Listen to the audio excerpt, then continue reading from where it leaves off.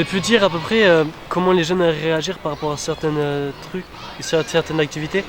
Par exemple, si on veut que certaines personnes soient là à l'atelier Garbure, il faut faire l'après-midi parce que le matin déjà les jeunes ils sont pas là, ils dorment.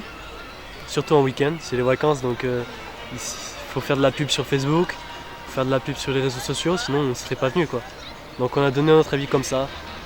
Sans les jeunes qui avaient à la réunion, je pense qu'on n'aurait pas fait autant de choses, on n'aurait pas mis sur Facebook et tout. Par exemple, moi j'ai aussi contribué avec un ami à moi qui était aux réunions. On a écrit un papier et on a fait passer dans tous les lycées de Oloron pour demander quelles activités ils voulaient, quelles activités on aurait pu faire. On n'a pas eu beaucoup de réponses, mais au moins ça fait bouger un peu les choses.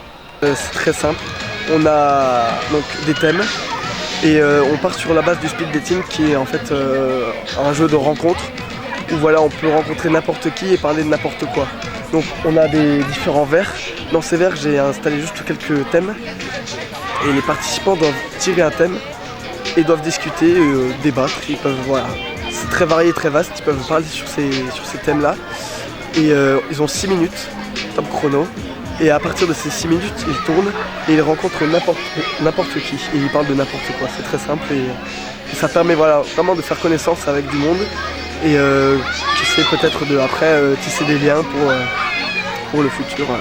Voilà, pas forcément amoureux car le speed dating vraiment au début à la base c'est vraiment pour trouver l'amour, mais là c'est juste pour trouver l'ami déjà, ce serait bien, voilà, tout simplement.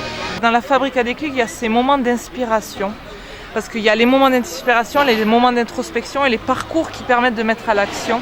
Et donc on s'est dit on va faire juste le début, c'est-à-dire l'inspiration, c'est-à-dire donner vraiment aux jeunes des exemples qui vont leur donner l'envie de eux aussi se mettre à l'action, de faire des choses et de peut-être suivre des voies. Ils ont une passion mais ils n'osent pas encore penser qu'ils pourront vivre de ça, peut-être leur donner des envies, voilà, et montrer comment en fait des déclics ça se met en place, c'est-à-dire que c'est souvent des petits pas qu'on fait et qui deviennent grands un jour.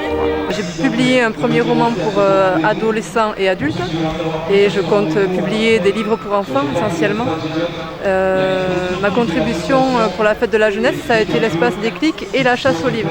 Avec Lorelai Lemaire de l'association Livres sans frontières, on a créé 2 chasses aux livres en fait, pour les collégiens sur le site avec une carte au trésor et pour les lycéens donc un petit peu autour avec un groupe Facebook où on a placé les photos des lieux. Donc on espère des retours sur les livres qu'ils ont trouvés, sur est-ce qu'ils ont vu le lien entre le titre du livre et l'endroit où on l'aura caché, etc.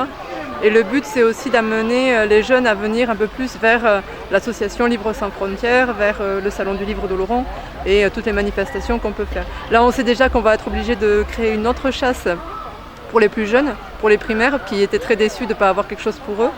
Et on a récolté des gros lots de mangas, donc de 15, 20, 25 tomes, qu'on va mettre en jeu à ce moment-là pour les plus grands, pour les ados, avec un questionnaire voilà, qu'on fera à ce moment-là.